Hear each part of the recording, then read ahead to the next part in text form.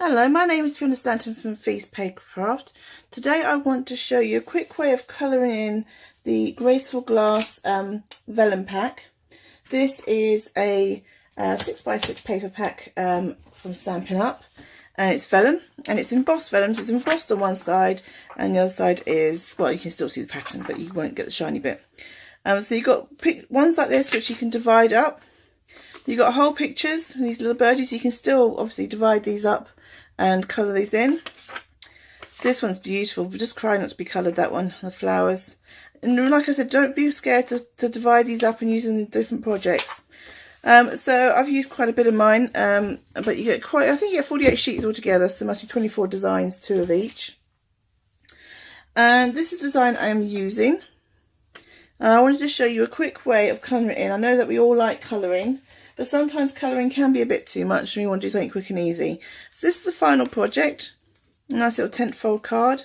And I'll show you how I coloured it in. Before I do that, I want to show you how it looks on different cardstock. If you don't want to colour in, what you could do is colour in bits and pieces, just say the butterflies or the flowers or maybe just the archway.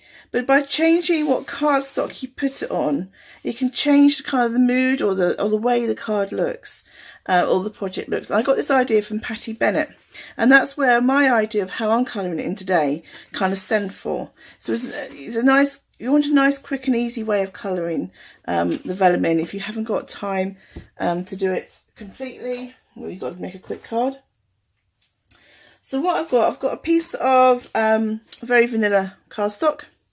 You can see I've started colouring it in already, and that's going to fit underneath. So we're going to finish colouring it off. Just let me get my pencils.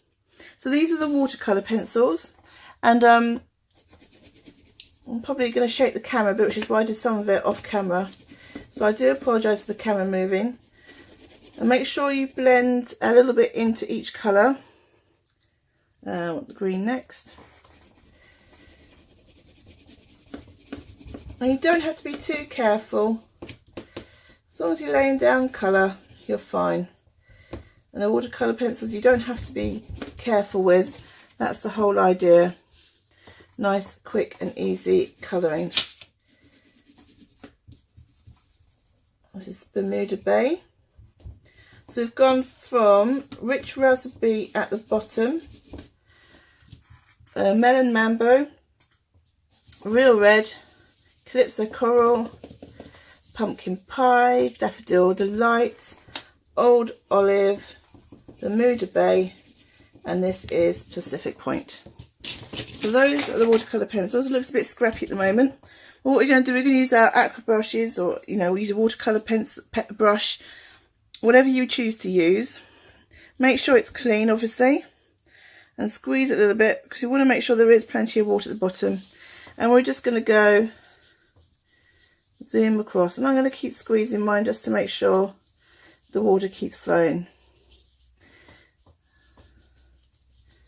You don't want to go up and down. You want to make sure you just go in one direction, otherwise you're going to muddy the colours a bit too much. We just want them to blend in with the colour next to it, if you see what I mean. If you need to go back, then clean your brush and go back. There we go.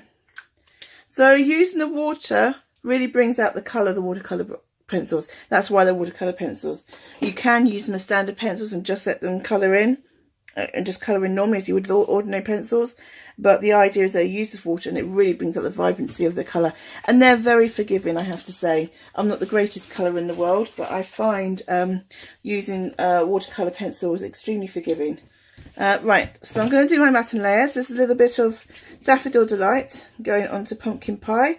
I've obviously picked out some colours from the rainbow that we've just created. But I will be matting it onto black first of all, because black really makes colour pop. I'm sure you're all aware of that. Having a black background can really make it all pop. Our card base, I've got glue everywhere now, obviously, is very vanilla. But it doesn't really matter. It's because I use very vanilla for the base of this, but if you use Whisper White, or you could even use craft card with the watercolour pencils. They're a little bit faint to the colour, but it's still possible to use those, to use that on craft card. I mean, they will go on black, but you just can't watercolour on black. So if you use the pencils on black, you just have to use them as standard pencils. Hopefully I've got that straight. You know what I'm like, I never get anything straight. Now I'm going to use snail as my glue for this. I find snail works better on vellum than most things. Oh. I'm only putting a thin line on, as you can see, which means my paper is going to be very sticky.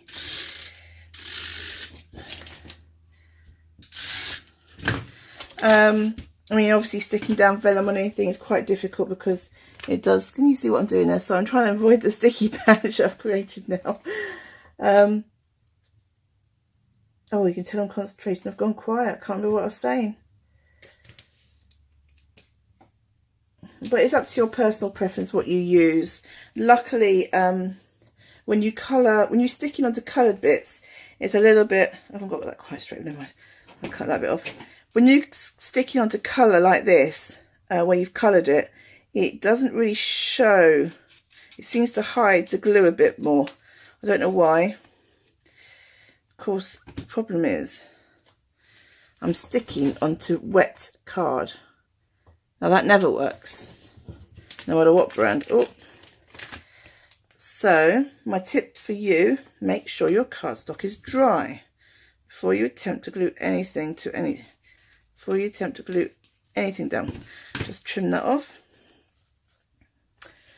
and get my piece of black cardstock. Oh no, goodness sake. Stuck. Yes. Lesson learnt, Fiona Stanton. Make sure your cardstock is dry before you try and glue anything. It's because I'm rushing to try and get this video done, because I don't want to bore you with too much oomph. I know you like to get straight to the nitty gritty. Well, I do in old videos anyway. When people start nattering too much, I switch over.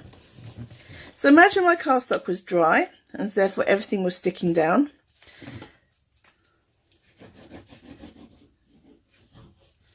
Stick this in the middle.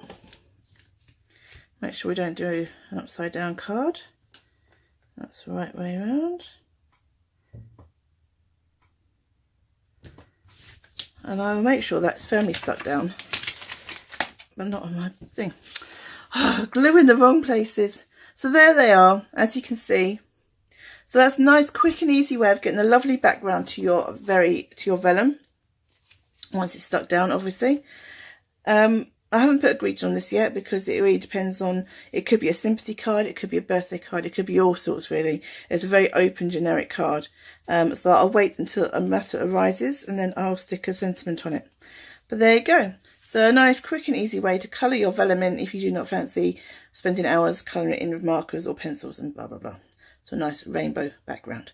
Thank you very much. My name is Fiona Stanton from Feast Papercraft.